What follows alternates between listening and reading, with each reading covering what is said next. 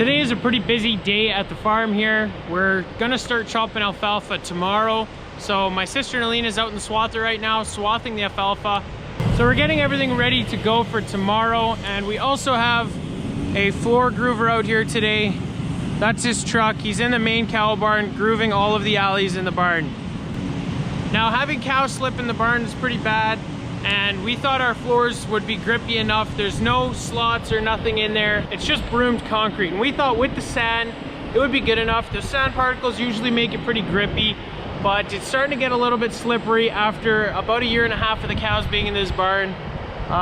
So we're getting the floors grooved right now. Basically, this guy in there cutting little notches in all the concrete straight down the end of the barn. So we're gonna go and check that out right now. He already did our holding area there once. It's just the exact same thing happening here now.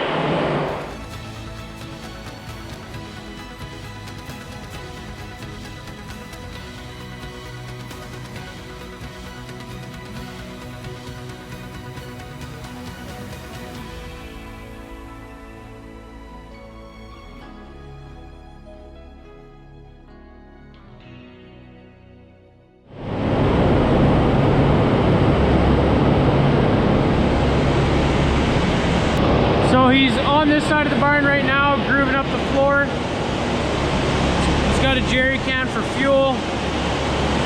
He needs a water source.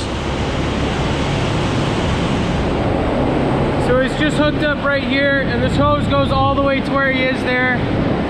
I'm assuming those blades need constant water to stay cool, because they're cutting through quite a bit of concrete. The cows are just free in the group with it. They're a little bit skittish at first, but after about half an hour, most of them are laying down and eating food again, chewing their cud. They get used to the loud noise really quickly. You can see all the light gray, that's concrete.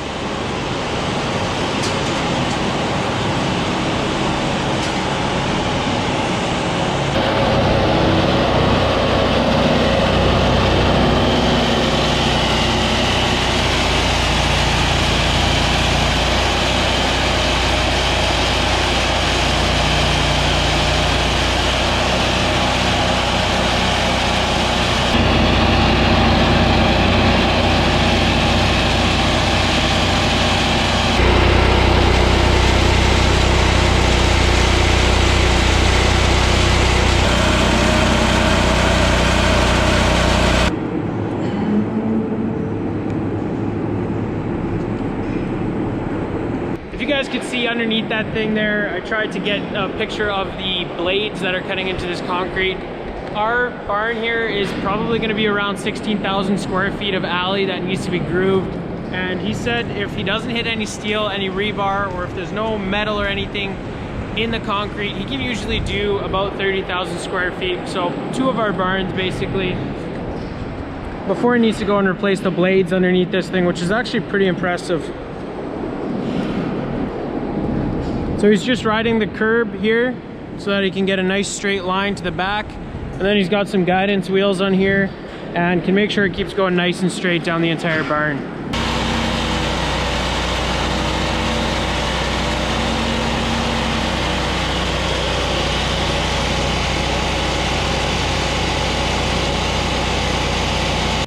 He takes the keys out now when he goes to grab a jerry can of fuel when he runs out.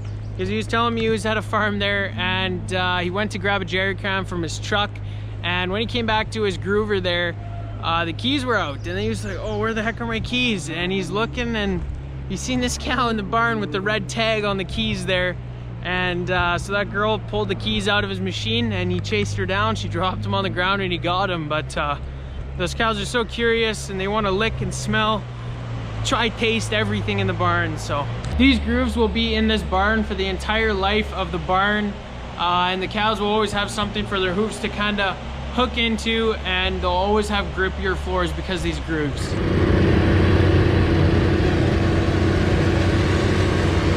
So this is Alina the swather here. You guys can see we swapped the headers around. This is a 35-foot rigid draper header. It's quite a bit wider, almost twice as wide as the other one. And this one doesn't crimp it at all, just lays it into a big fat swath.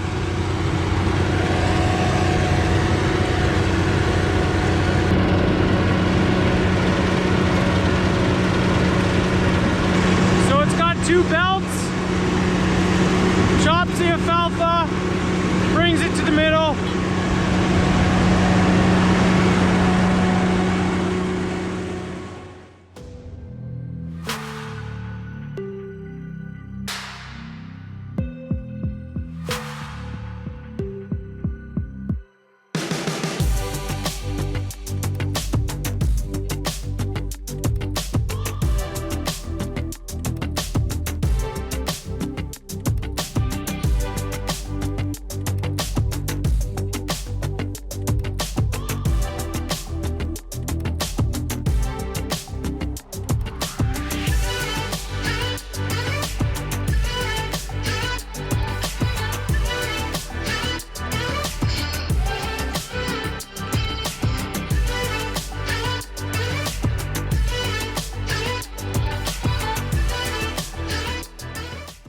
So she's got about 130, 140 acres to drop today in total, and then tomorrow we're gonna chop that up, and I'll go show you guys some other equipment that we're gonna be using tomorrow.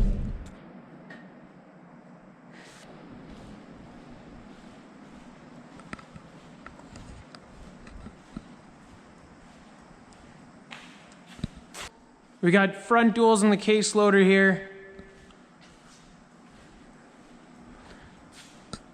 So this case loader is quite a bit bigger, got way more horsepower. It looks to have a heck of a lot more torque than that New Holland wheel loader as well.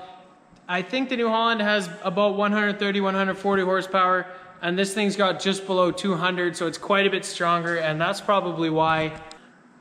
And that's why we're gonna be using this case loader for packing on the pit tomorrow. We first had that New Holland wheel loader. We've had it for probably 10 years now, and we had the front duals on that thing. And this case loader has the exact same wheels on it. So we were able to just slap them right on this case loader, and we're just gonna use that New Holland for feeding the cows in the morning. Feeding cows takes about 4 hours, and before, always, we were silaging. One person would have to feed super early in the morning, and then throughout the day, that New Holland would pack. We didn't have a second loader, so that's how we had to do it. But now we have this thing, so we're just gonna put this one on the pit, and the New Holland can just be feeding cows. And this is what I'm gonna be driving tomorrow. The Case MX285 in front of the JF stall here. Pull type chopper. Basically what this thing does is it sucks up the swath that Nalene's dropping there, chops it up into pieces about this big, and blows it right into the two silage trucks right there. Big roll of silage plastic, 2 mini ones right there. So we got plenty of that for tomorrow. Hopefully it doesn't rain. It's been cloudy all day. Looks like it's starting to break up though, which is nice. So the groover just hit a piece of rebar in the concrete, and it's pretty sharp. If the cows walk on it wrong, it's gonna be pretty bad for their hooves. So we just got the angle grinder here, and we're gonna go and lob that sharp piece of rebar off. Rebar is metal reinforcement wires in the concrete that's poured in there when the concrete is laid down, and it must have just been a little bit too high up in there.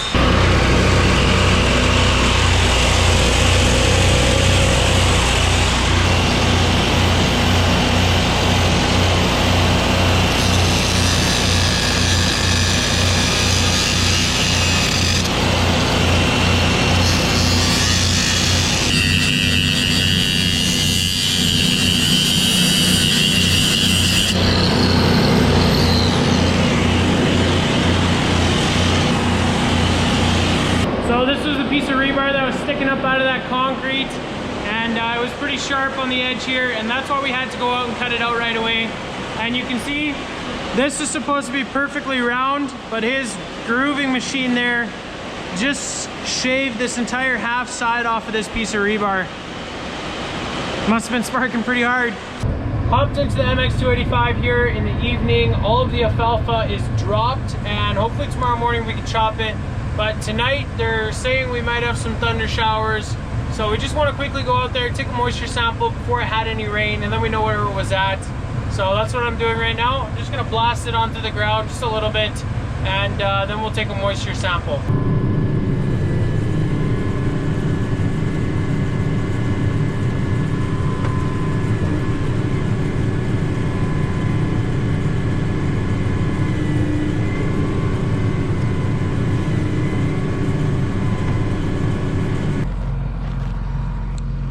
Still pretty moist here.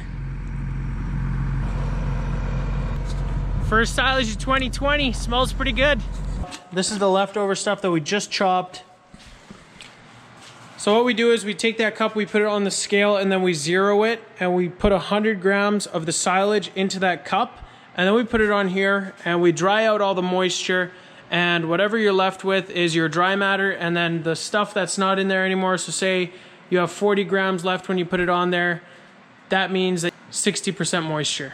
So we just want to see what it's at tonight before we start tomorrow morning, and it's not going to dry much overnight. So the next video should be us chopping that alfalfa, and I hope you guys are as excited as I am. If you enjoyed today's video, make sure to hit those like and subscribe buttons down below. Check out the Instagram @SaskDutchKid, and I hope to see you in the next video. Thanks for watching.